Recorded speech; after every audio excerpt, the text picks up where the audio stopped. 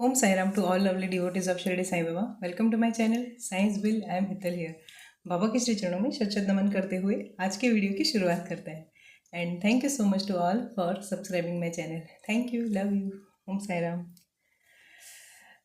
अभी जैसे आप लोगों को पता है कि मैं जो हीलिंग और न्यूमरोलॉजी है या फिर जो भी ऑकल्ट प्रैक्टिस में करती हूँ, ठीक है, उसके बारे में मेरे जो एक्सपीरियंसेस है या फिर जो भी क्लैरिफिकेशन या एक्सप्लेनेशन जो भी आप समझ लो जो मैं देना चाहती हूँ उसी के रिगार्डिंग ये सारी सीरीज़ है, राइट.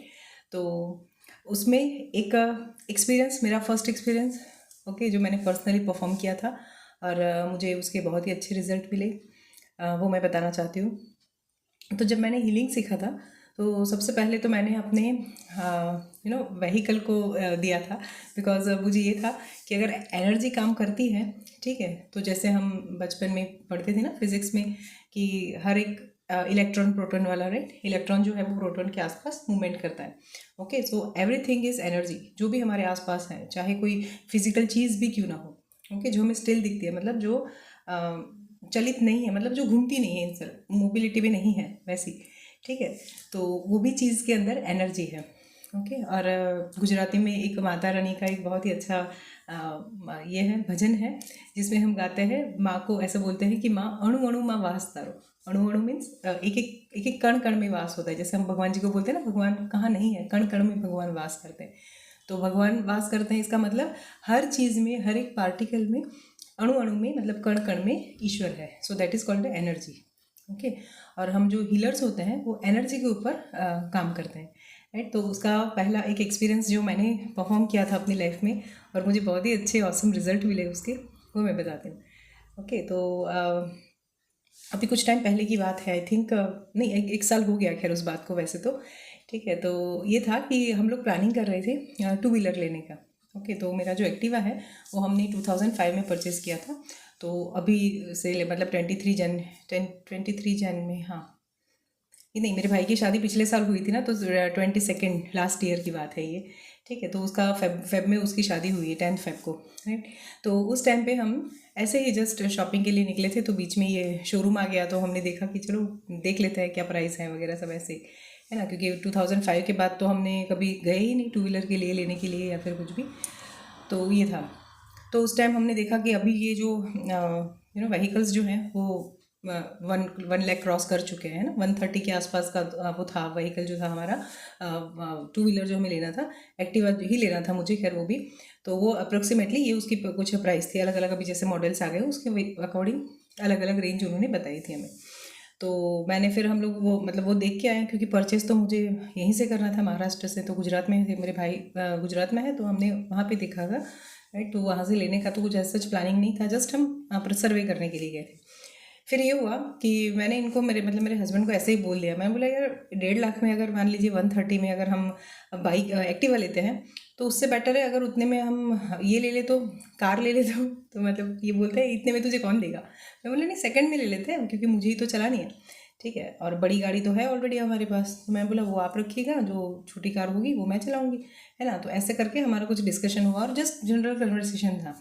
ओके, अब फाइनली हमने वो प्लान हमारा वहीं पे ड्रॉप कर दिया और हम जब ना रिटर्न आए, भाई की शादी पूरी करके यहाँ पे आए, तो क्या हुआ कि एक्टिवा के लिए मैंने मेरे हस्बैंड को बोला कि अभी और सिर्फ 2 साल के लिए, क्योंकि अगर मेरा बेटा चलाएगा भी एक्टिवा तो भी 11th-12th के लिए ही ज़रूर पड़ेगी, फिर तो वो जहाँ कहीं भी उसको हॉस्टल में एडमिशन मिल जाएगा वो वहीं पे चला जाएगा, राइट. तो सिर्फ मुझे 2 साल ही निकालने थे, मतलब व्हीकल के लिए सिर्फ 2 साल ये करना था, मैनेज करना था.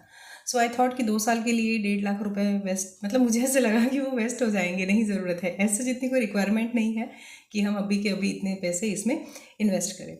ओके, सो मैंने इनको बोला कि ऐसा करते हैं, हमारा जो एक्टिवा है जो हमारे पास पड़ा है, जो हमने मतलब बिल्कुल भी यूज़ नहीं किया था यहाँ पे आने के बाद, ठीक है, तो मैंने बोला ऐसा करते हैं उसको रिपेयरिंग के लिए दे देते हैं, देखते हैं कितना पैसे मतलब क्या लगता है, क्या चार्जेस है वगैरह, मतलब क्या रिपेयरिंग के चार्जेस क्या आते हैं वो.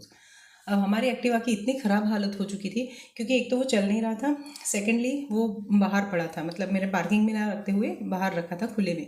तो धूप बारिश वगैरह सब लगता है ना उसको, तो एटमॉस्फेयर की इफेक्ट की वजह से उसका जो कलर जो है वो भी ऑटोमेटिकली वो होता है ना, जैसे दीवारों से कैसे कलर गिरता है वैसे उसके भी ऑटोमेटिकली कलर उखड़ रहा था पूरा, मतलब बहुत ज़्यादा उसका कलर भी निकल चुका था.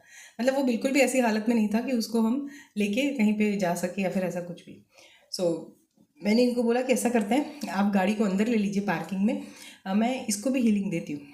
ठीक है, ट्राई करके देखते हैं ये होता है कि नहीं होता है, क्योंकि अगर हीलिंग अगर एनर्जी के ऊपर ही काम करता है, तो जैसे एनर्जी तो हर चीज़ में होती है, राइट, तो डेफिनेटली ये सारी चीज़ों के ऊपर भी काम करना ही चाहिए।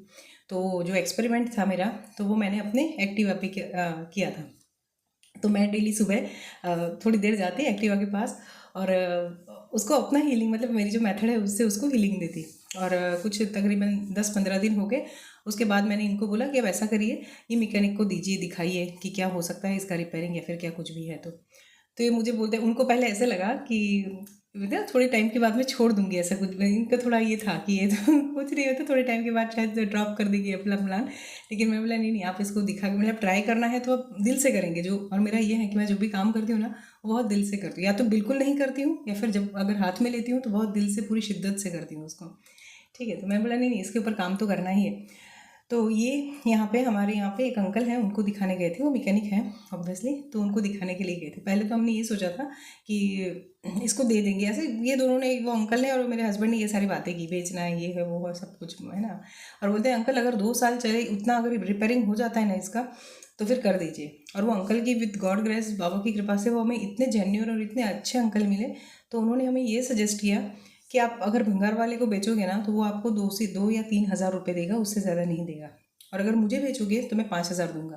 ठीक है, तो मेरे हस्बैंड ने पूछा कि ऐसा क्यों होगा है ना, ऑब्वियसली। तो वो बोलते हैं कि नहीं नहीं, क्योंकि ये जो मॉडल है ना आपका, जो पुराना वाला 2010 से पहले के जो मॉडल आए हैं ना, उसका जो भी इंजन है वो बहुत ही अच्छा है। और 2010 के बाद के जो नए मॉडल आए हैं, जो कंपनी ने नए अपग्रेड करते हैं, तो उसमें इतनी अच्छी सर्विसेज, मतलब एक बार खुल गया इंजन तो प्रॉपर रिपेयर नहीं होता है।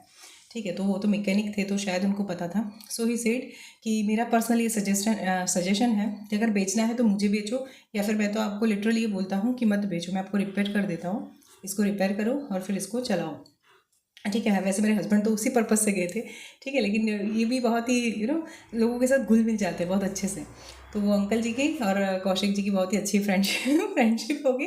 ठीक है, और फिर ये सारी बात हुई, तो मेरे हस्बैंड ने बोला कि अंकल अगर प्रॉपर आपको लगता है कि अच्छे से रिपेयर हो रहा है और आपके क्राइटेरिया में अगर ये फिट बैठता है, ठीक है, एक बार थोड़ा बहुत रिपेयर करके देखिए, तो फिर ऐसा करिए, फिर कलर भी कर दीजिएगा इसका। ओके, तो ये सब कन्वर्सेशन इन दोनों के बीच में हुआ और फिर ये वापस आ गए। और फिर वो मैकेनिक अंकल जो है ना, उन्होंने पूरी गाड़ी खोली, क्योंकि होता है ना, पहले हम ऊपर से देखते हैं तो पता नहीं चलता, खोलने के बाद प्रॉब्लम हमें डिटेक्शन आता है, और फिर उसमें कितना खर्चा है, क्या है, वो सब वो बताते हैं। तो वो अंकल डेविड, जैसे पहले मैंने बताया, बहुत ही अच्छे थे। तो अंकल ने ये सारी बातें की कि नहीं, कलर भी हो जाएगा और रिपेयर हो जाएगी गाड़ी आपकी अच्छे से। ठीक है, और उन्होंने टोटल चार्जेस बताए। अब हमें तो ऐसा था कि अप्रॉक्सीमेटली 10,000 के आसपास का हमारा एस्टिमेशन था, कि उतना तक तो एस्टिमेट था, सॉरी, कि उतना तक तो जाएगा ही जाएगा, है ना। तो अंकल बोलते हैं कि मतलब उन्होंने जो एस्टिमेट दिया हमें फाइनल, वो बोलते हैं 4,200। ठीक है, कलर्स वगैरह सब कुछ मैं करवा के दूंगा, मतलब सब स्टिकर विकर सब कुछ लगा के दूंगा, आपकी गाड़ी आपको इतने में रिपेयर हो जाएगी। तो हमने उनसे कोई नेगोशिएशन नहीं किया, कुछ भी नहीं। मेरे हस्बैंड ने तुरंत बोल दिया कि ओके अंकल, डन, आप कर दीजिए। ठीक है, और वो मेरी गाड़ी रिपेयर हो गई अच्छे से, कलर वगैरह सब उन्होंने 1 हफ्ता रखी अपने पास, और प्रॉपर उसको जो भी ट्रीटमेंट जो भी देना था गाड़ी को, वो ट्रीटमेंट डेफिनेटली उन्होंने दिया। और फाइनली जब वो उसे लेने जाना था, तब मैं क्योंकि मेरे हस्बैंड उस टाइम पे नहीं थे यहाँ पे, बाहर गए थे, तो मैं और मेरा बेटा वो गाड़ी लेने के लिए गए थे। तो जब मैंने अपनी गाड़ी जब स्टार्ट की ना एक्टिवा बैठ के, तो मुझे लिटरली वो फीलिंग आई जो फीलिंग मैंने 2005 में जब हमने खरीदी थी वो एक्टिवा, तब जो थी, है ना, इतना स्मूथली वो। और वो किक स्टार्ट है, मतलब सॉरी, ऑटो स्टार्ट है, तो मैंने आज तक कभी उसकी किक स्टार्ट तो कभी किया ही नहीं था। ओके, और जब बीच में भी जब चालू थी, तब ये था कि मुझे अगर चालू भी करना है तो मुझे मेरे हस्बैंड को या फिर मेरे बेटे को बुलाना पड़ता, या फिर हमारे वॉचमैन अंकल को बुलाना पड़ता, तो वो मुझे गाड़ी ऑन करके देते थे, तब जाके मैं निकलती थी बाहर। एक बार पहले ऐसे ऐसा होता था, सेकेंड टाइम वो फिर इससे चालू हो जाती थी भैया। तो ये इशू था। और लेकिन जब उसका हीलिंग दिया और उसके बाद जिस तरह से वो गाड़ी शुरू हुई, है ना, और पूरा मतलब ऐसा कभी नहीं लगा, वरना रिपेयरिंग तो उसका पहले भी हुआ था, 1-2 बार हमने रिपेयर करवाई 2005 टू 22 तक, हाँ, 2 बार रिपेयरिंग उसका हुआ था, लेकिन इतनी स्मूथ रिपेयरिंग कभी नहीं हुई थी। ओके, तो उसका स्मूथली रिपेयरिंग होना, फिर गाड़ी किक स्टार्ट, मतलब किक स्टार्ट ना करते हुए ऑटो स्टार्ट एकदम से स्टार्ट हो जाना। ओके, और दिखते भी एकदम एकदम नई जैसी दिख रही थी। ठीक है। तो वो जो हुआ मेरा वो फर्स्ट एक्सपेरिमेंट था मेरे एक्टिवा पे। ओके, तो वो मेरी गाड़ी एकदम अच्छे से रिपेयर हो गई। या तो this is the power of healing, कि जो डेट पड़ी थी, जो मुझे लिटरली भंगार वाले को ही देनी थी, कि जिसका कुछ यूज़ ही नहीं था, ठीक है, तो मैंने बोला इसके ऊपर ट्राई करके देखते हैं हीलिंग क्या मतलब लिटरली इफेक्ट करता है या नहीं करता है। और बेसिकली क्या होता है ना, जो एक वो चीज़ तो पावरफुल है, हीलिंग इट मोडालिटी जो है वो इट्सेल्फ पावरफुल है, लेकिन वो मुझे फलित हुई है कि नहीं वो मुझे देखना था। ठीक है, अगर मैं हीलिंग देती हूँ तो मेरे से होता है कि नहीं वो देखना था मुझे। जैसे होता है ना कि भगवान तो ऑलरेडी पावरफुल है, जैसे बाबा की हम बात करें, ठीक है, तो बाबा तो डेफिनेटली देते हैं। ओके, किसी लोगों को बहुत देते हैं, छप्पर फाड़ के देते हैं, और किसी को ऐसा होता है एक छोटी सी चीज़ के लिए मन्नत करनी पड़ती है। ठीक है, इट डजेंट मीन कि बाबा में वो कैलिबर नहीं है। ओके, वो तो डिलीवर करते ही हैं। हमारा वो कैलिबर नहीं होता कि हम उसको एक्सेप्ट करते हैं कि नहीं करते हैं, मतलब रिसीविंग मोड पे होते हैं कि नहीं होता है। राइट, तो मुझे वही देखना था कि हीलिंग मोडालिटी मुझे फलित होती है कि नहीं। मैं अगर करती हूँ तो वो जो जिसके ऊपर मैं हीलिंग देती हूँ उसके ऊपर इफेक्ट होता है या नहीं होता है, ये मुझे देखना था। और फाइनली बाबा की कृपा से वो बहुत ही अच्छे से प्रॉपर हीलिंग हो गया मेरी गाड़ी का, एक्टिवा का। ऑल्दो मुझे वो देनी पड़ी रिपेयरिंग के लिए, वो सब तो डेफिनेटली करना पड़ता है। राइट, जैसे हम बोलते हैं ना कि पूजा पाठ करते हैं तो रिजल्ट तो मिलता है, लेकिन एफर्ट्स तो हमें डालने पड़ते हैं ना, मेहनत तो करनी होती है। सेम वैसे ही एक्टिवा को रिपेयरिंग के लिए तो मुझे मैकेनिक के पास ले जाना पड़ा। ओके, और वो जो रिपेयर हुई उसके बाद जो उसका था, मतलब एकदम स्मूथली शुरू हो गई। और जो 10 साल बाद, कितने साल हुए थे, 18 साल हुए थे गाड़ी को, तो वो जो पहले पुरानी व्हीकल में जो आवाज़ आती थी ना, इनफैक्ट वो आवाज़ भी चली गई थी। या so this is the power of healing. तो ये था, ये मैंने सबसे पहले इसके ऊपर किया था, मेरी एक्टिवा के ऊपर। दूसरा मैंने अपने मिक्सचर के ऊपर भी किया था। ओके, तो वो भी वो ऐसा जितना कुछ बड़ा वो नहीं है, वो बंद हो गया था ऑटोमेटिक। मैं कुछ कर रही थी, उसमें कुछ पीस रही थी और अचानक से बीच में बंद हो गया। मैंने काफ़ी ट्राई किया, नीचे का जो बटन आता है ना उसका, वो भी ऑन ऑफ किया, लेकिन नहीं हो रहा था। प्लग चेंज करके देखा कि किचन में कर रही थी उसकी जगह पे लिविंग रूम में जाके ट्राई किया, फिर मेरे डाइनिंग टेबल के पास एक दूसरा प्लग है वहाँ भी ट्राई किया, लेकिन कहीं पे नहीं हो रहा था। तो मैंने फिर थोड़ी देर बाद मतलब उसको हीलिंग दी, और with in half an hour वो फिर से शुरू हो गया। या तो ये मेरे 2 एक्सपेरिमेंट थे हीलिंग के ऊपर, जिसके मुझे बहुत ही अच्छे रिजल्ट्स मिले थे। या सो डेफिनेटली हीलिंग मोडालिटी काम करती ही करती है, और अच्छे से काम करती है। राइट, फिर मैंने इसको जो बोलते हैं ना इंसानों पे इम्प्लीमेंट किया था, उसके भी मुझे रिजल्ट मिले, पॉजिटिव नेगेटिव वो तो बाबा जाने। ठीक है, और मुझे जिनके थ्रू मिले वो तो मुझे पता ही चला कि वो पॉजिटिव ही है, लेकिन हो सकता है वो इसको नेगेटिवली भी ले। ठीक है, लेकिन जो भी है, मैं तो यहाँ पे बैठी हूँ बाबा की कृपा से। ठीक है, तो जो भी है सच्चाई वो मुझे बाबा के श्री चरणों में अर्पण ही करनी है, क्योंकि मेरी जीवन में सारी चीज़ें बाबा की लीला ही है। राइट, तो मैं ऐसे ही उसको डिलीवर करूँगी। अब मैं बताती हूँ हीलिंग मोडालिटी मैंने जब एक अंकल पे इम्प्लीमेंट की थी, उसका क्या रिजल्ट आया, और उसमें लाइव जो बाबा ने लीला की है, live Leela in the sense YouTube के थ्रू जो लीला की है वो भी बताऊंगी। ठीक है, तो मतलब यूट्यूब के थ्रू तो नहीं बोल सकते, लेकिन जब से मैं यूट्यूब पे आई उसके बाद एक आंटी जी हैं, उन्हीं ने मुझे मैसेज किया, और मैं बताती हूँ वो नेक्स्ट वीडियो में। अदरवाइज ये वीडियो भी थोड़ा लंबा हो जाएगा। राइट, तो नेक्स्ट में शेयर करती हूँ। Thank you so much, love you all, Om Sai Ram, bye.